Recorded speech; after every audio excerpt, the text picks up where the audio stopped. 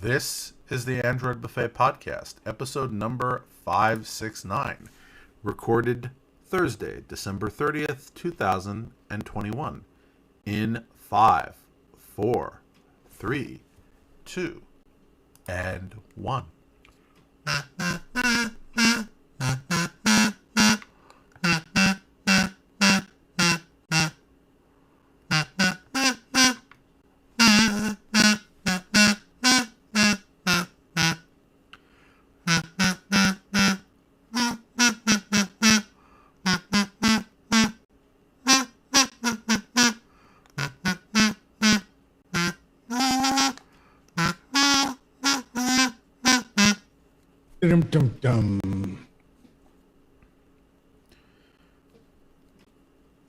How are things with you, Jerry?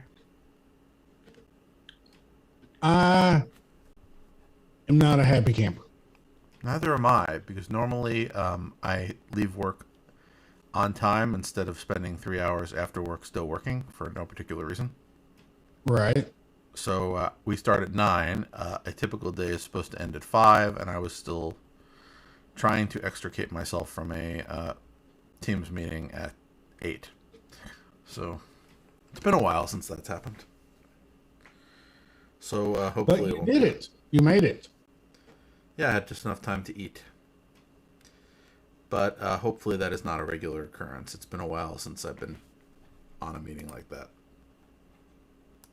But other than that, if all goes according to plan, I'm going to relocate to another location, and I think I'll have the streaming working this time there. Nice. I hope. I hope too. Well, if not, I have a backup I hope plan. with you. Yeah. I'm working on a backup plan. There's always a backup plan. I hope you hope we hope. Yep. So it's something of a slow news week. So there are a few like end of year things. You do realize this is the last episode of 2021. I do. I did realize that. Yes. So this is where, traditionally people who do podcasts talk about the year behind and the year ahead. And, take stock. They do? I said traditionally. We're as a team, we are distinctly non-traditional. We are distinctly non-traditional. Yeah. So we're under no obligation to do that. However, with nothing better to do, maybe we are going to do that. Who knows? Have something to look forward to. Huh. All right. So you had an interesting... You telling me you had an interesting week. I did not have an interesting week. I had a distinctly unfun week. Do you want to share with us? Okay, so my network is basically a Unify system, right? Yeah. Well, my Unify system, I use a cloud key as what's called the controller. So this is kind of like the thing that coordinates everything on the network and manages everything. Yeah, I'm familiar with it. And I run the software that's run on the cloud key on a computer. I have a Generation 2 Plus cloud key. And for the second time, this cloud key has just dumped.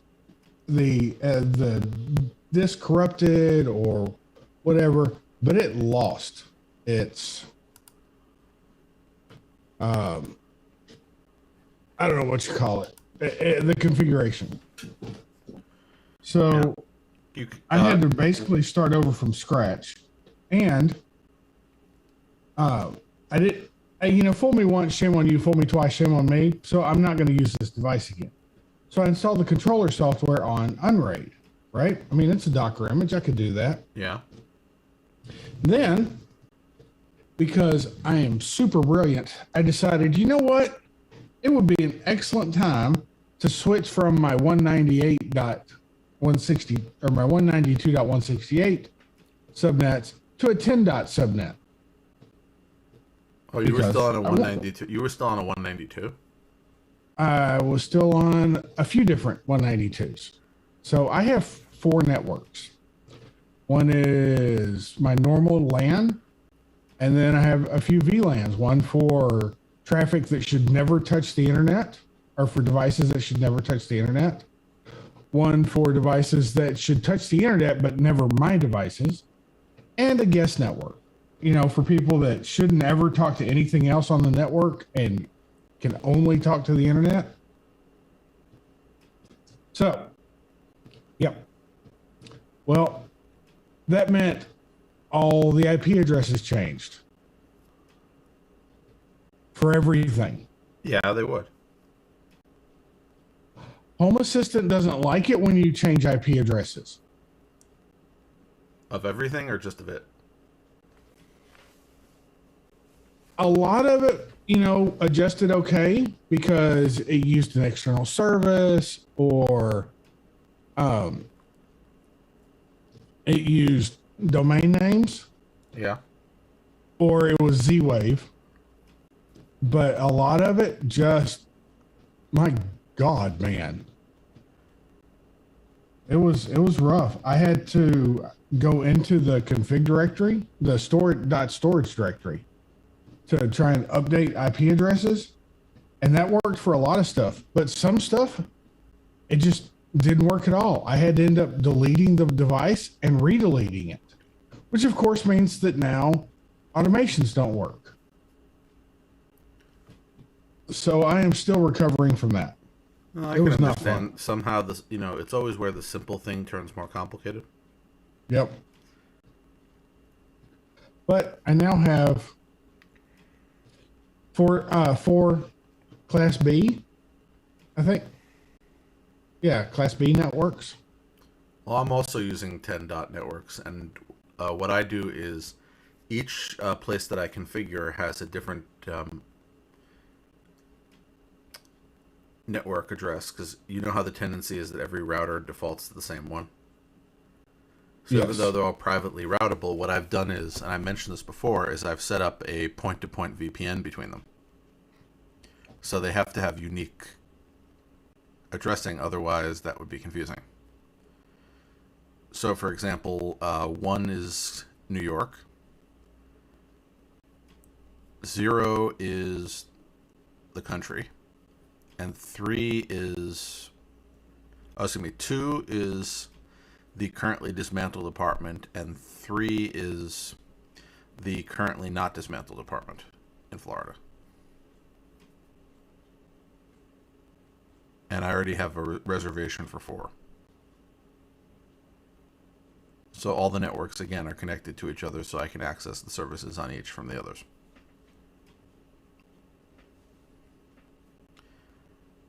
You try WireGuard. It's working really well for me. WireGuard was one of the problems that I had. Really? Because, so I could not, if I was on a 192 account or on a 192 subnet, yeah, I could get everything adopted. But on the 10.1, I had another thing showing up as the gateway address. So when I hit, 10.1.0.1, yeah, it should have gone to the gateway, but instead it was going to Unraid.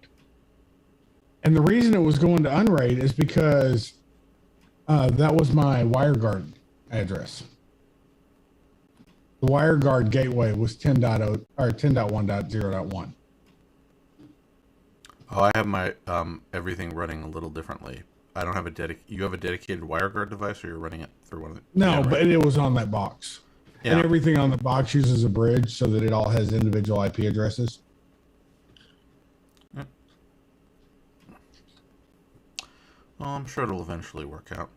I only did one computer project this week. Since I'm going to be going away, and when I'm not at home, I use my laptop hooked into, if I can help it, a couple of monitors. I decided that I would do the last upgrade that my laptop will ever get. You did what?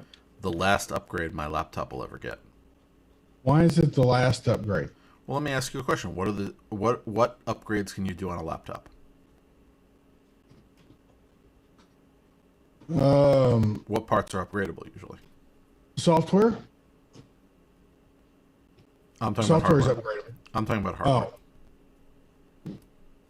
I don't. Yeah. So this particular laptop does not have upgradable RAM. It's soldered in? Yeah. Was not aware of that when I bought it. I misread the specs. The only upgradable part is the solid state drive, which is an M2. So I did upgrade the storage capacity on it, which meant that I, since I'd already upgraded the operating system and hard drive on my desktop, I figured I was already in a hard drive upgrading OS replacing mood, so I just upgraded it.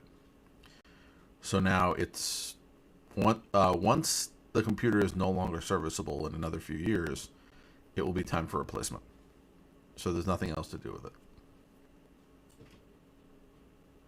So hopefully everything's working properly, because I'm going to be leaving before using it too extensively.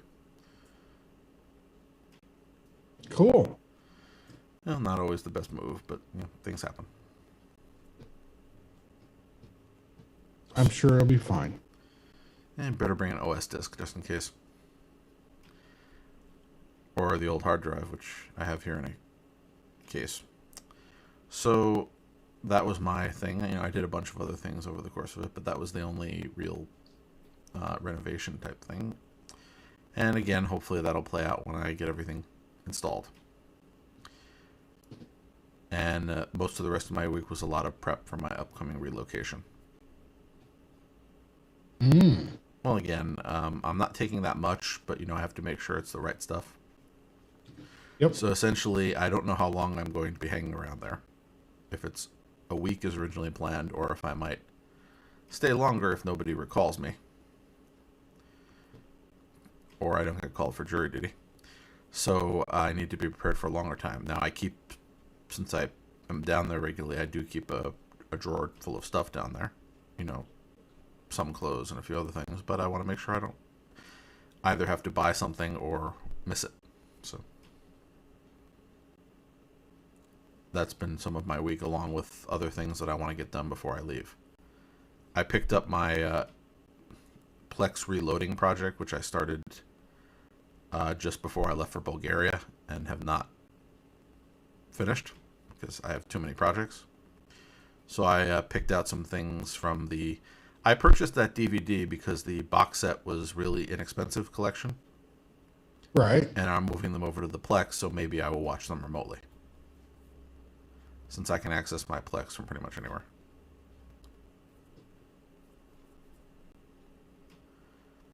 So I went through a few things. If I get bored of whatever else there is, I have plenty of director's commentaries to watch. I don't know why. That's the reason I buy physical media. Director's commentary tracks.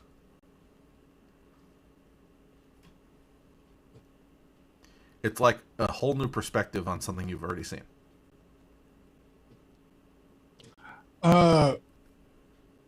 Yeah, I'll buy that. Well, that's why one of the shows I've been watching recently, the Walking Dead, the most recent one, the Beyond Thunderdome. I don't know. The World Beyond, maybe. Yeah, I'm familiar with the name, but I've never been much of a zombie fan. Well, after they do the episode, they sit down with the director of the episode, and they kind of like go over stuff that happened in the movie and what the director thought, and it's been really cool. I gotta say, I can't picture it, but that may just be because I haven't watched the show. It's I positioned the camera over here so you could see the brains being feasted on, and with the better light. I just again can't picture what the discussion is, but again, I think director's commentary in general is pretty interesting. Again, not always as interesting as the original content, but if you enjoyed the content, it's interesting to get a peek behind how it was created. 100% agree.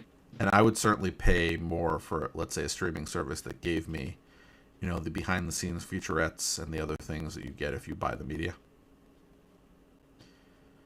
But my philosophy of buying physical media is I'm always looking for the thing that's significantly discounted. Yep. Oh, that reminds me. Yes. So I got a Christmas present, right? And it was a 4-pack of Kaufman plugs. Yeah, aren't those nice? My gosh, man. I told you. So when you plug in a Kaufman plug, right? Yeah, it's pre-configured with ESP Home. You have to add the ESP Home and thing and point it at it. And then you get the voltage, you get the current, you get the power, you get how much energy it's used that day. You get to enable or disable the buttons so that you can turn it off from there or not. And you get a threshold, right? Like say you set the threshold at 3 watts. If it's using over 3 watts, then it'll turn a binary sensor on that says the device is in use, and it'll turn that on. That's the whole reason that I bought 2 of them recently. I bought them to during the summer to monitor when my air conditioner was powered on, because I'm controlling the air conditioner using a remote, an infrared sensor that triggers it off and on, but I couldn't tell which one it was. So I put those in so that it would detect the voltage draw.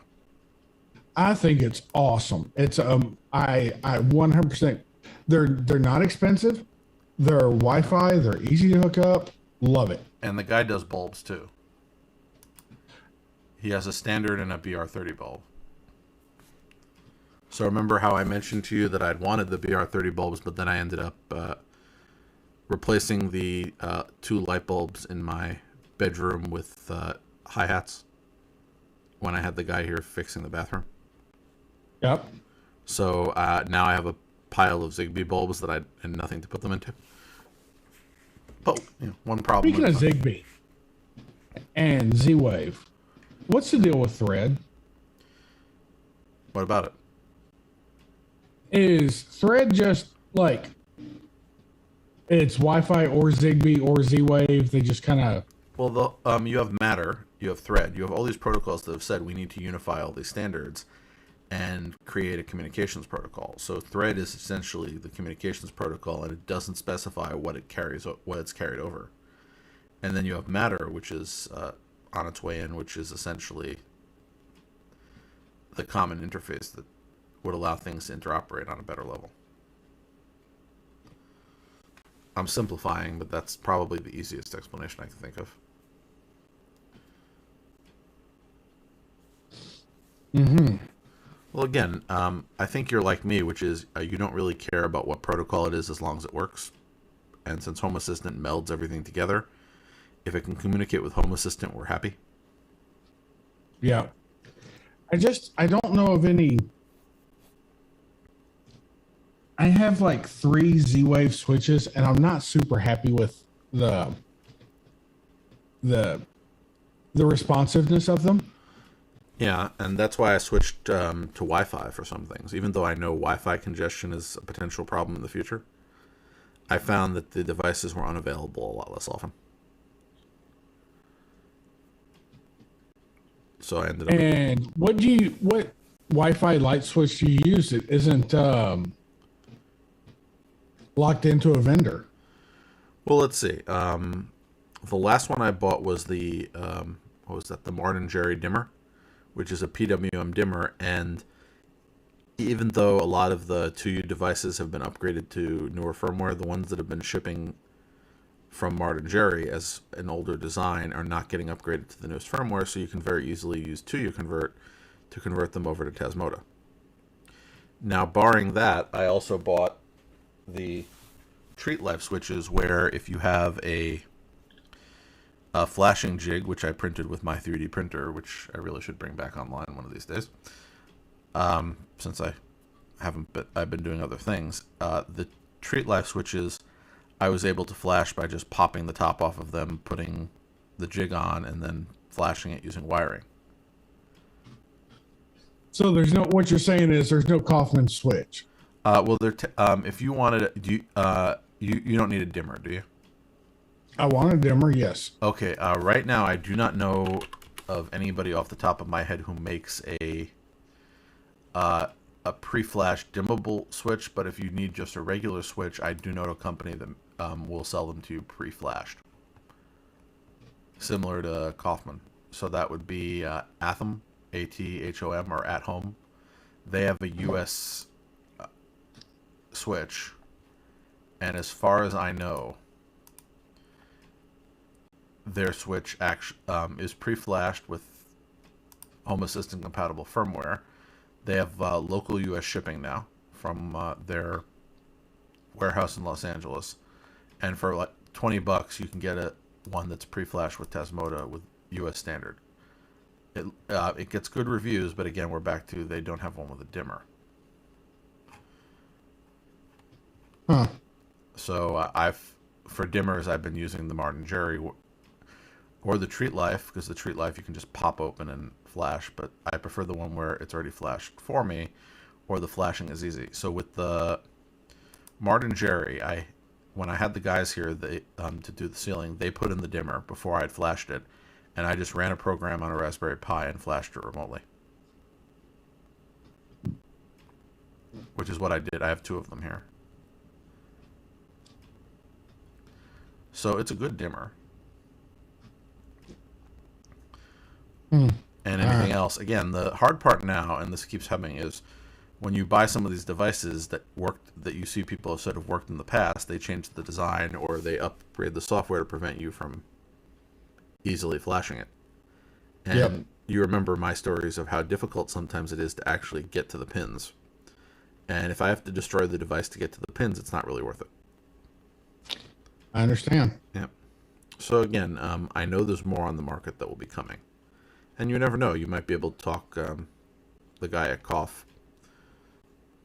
I gotta be honest, man. I'm floored by. Why don't you send them an email? They feel solid. They feel like great switches. Yeah. So what I'm saying is, why don't you ask him if he's looked into it? I have. Let's see here. I have his email. I believe his first name is Brian. So send them an email and just tell him you're really impressed with this product. Has he looked into? Because from what I understand, what he does is he goes to the factories that manufacture these things anyway and gets them to do a run with different software.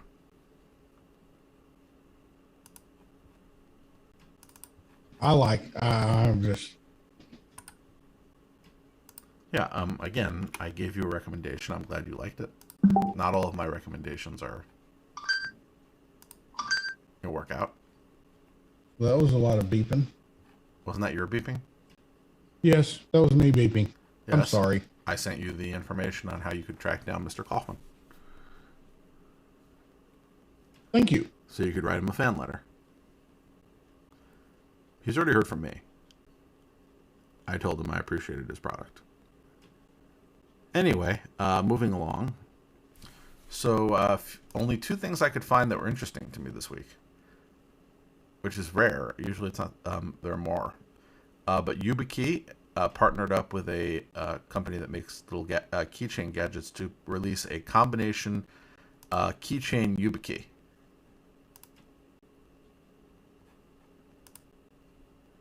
Yeah, I don't know how I feel about this. I mean, mainly because if I have a YubiKey, I don't want to advertise that I have a YubiKey. You know what I mean? Yeah, I don't know if this is advertising only because it's like one of those key things that hides a bunch of devices.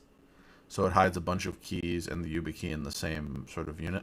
And you've probably seen. Right, but it's got YubiKey on the side of the. Scratch it off. It's painted on. Well, then what's the point of doing it? Because the place that does it also sells. Okay, so it's a partnership, right? Yeah. With MyKey or something like that. Keyport, I think, is the Keyport. So Keyport already does unmarked. So I don't know. Yeah, Keyport essentially makes these carry solutions. So their products, they make the Keyport Pivot, which is essentially this product. And this is a version of the Keyport Pivot that integrates the YubiKey. So essentially it works specifically with those keys. But I don't know if the regular, the Keyport version that they otherwise sell, where it does still say Keyport Pivot on it, from what I can see in the pictures. actually will fit the YubiKey. I think this might be a slightly modified one.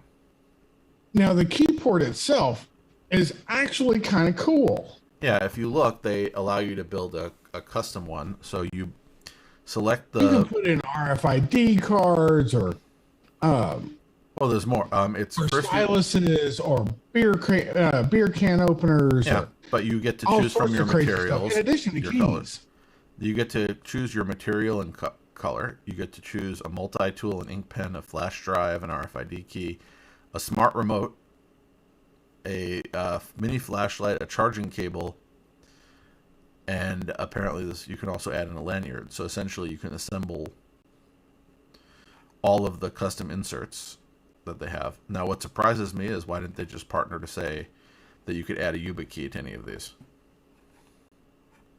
I got to tell you, man, it seems like a make your own Swiss Army knife, but kind of modern. Yeah, and again, apparently it's very popular. Now I don't know.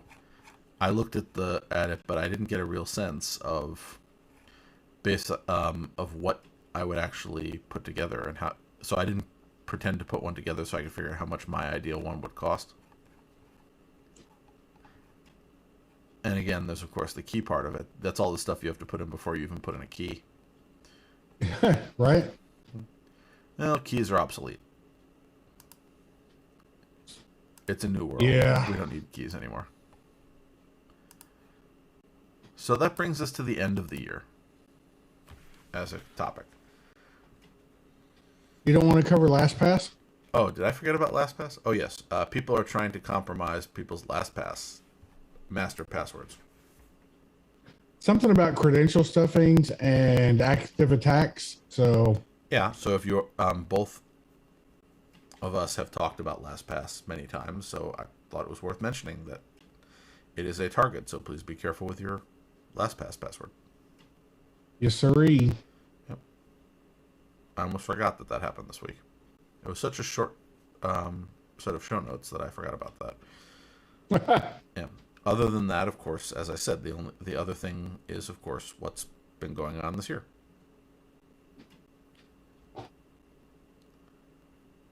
Well, we managed to tease out half an hour. I think that's about as good as we're going to get. Yeah, I just thought I would ask anything. Here are the two questions. Did anything from 2021 that occurred stick in your mind as significant events of this year? I think that 2021 will be remembered as the end of caring about COVID. I still care about it. I was getting really close to not, and things shifted back in the other I think direction. Omicron is going to fix everybody. It seems to be extraordinarily contagious with very few symptoms. I hope it works out that way. I'm waiting a few more weeks. I'm thinking that this will pass faster than some of the previous situations. New York has seen a spike, an unbelievable spike when it comes to Omicron. Or I think it's Omicron. We really, they don't tell us what it is, but the spike of cases testing suggests yes.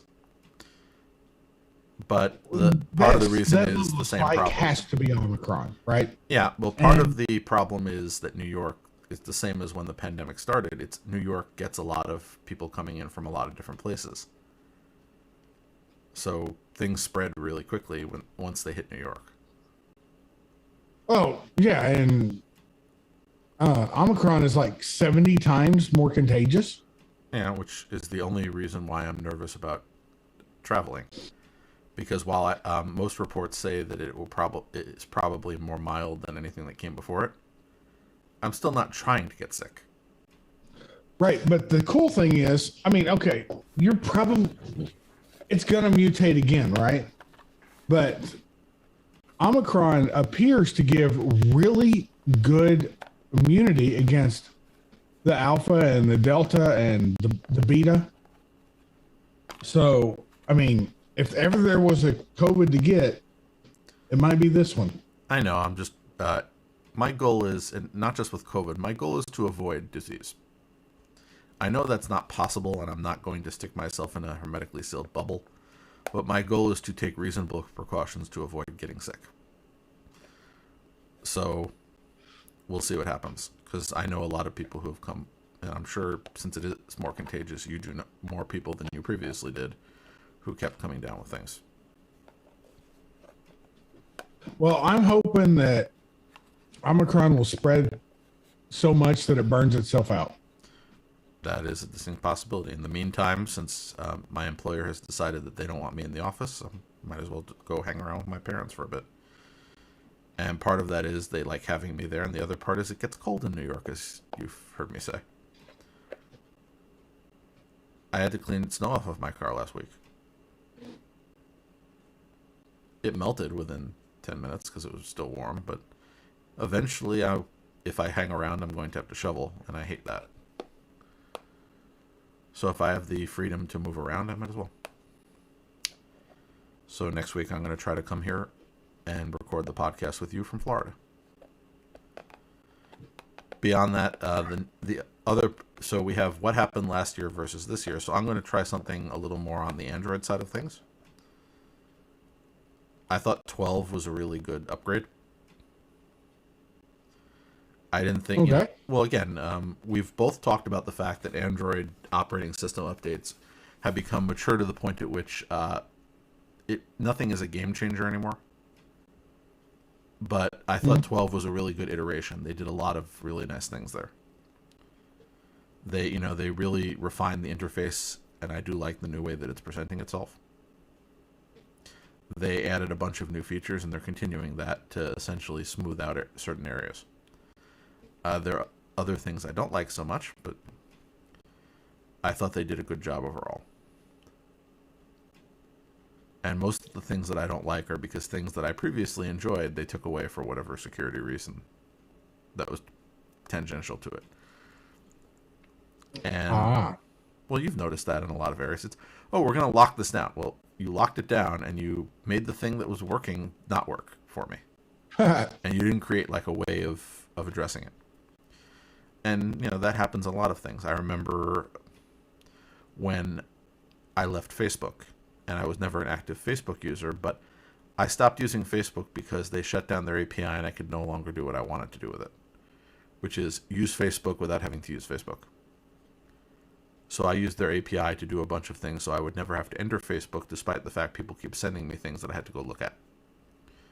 They locked it down, so now if I want to look at something on Facebook, I actually have to go to Facebook, and I just do without. So all I need now is for people to stop sending me Facebook links. But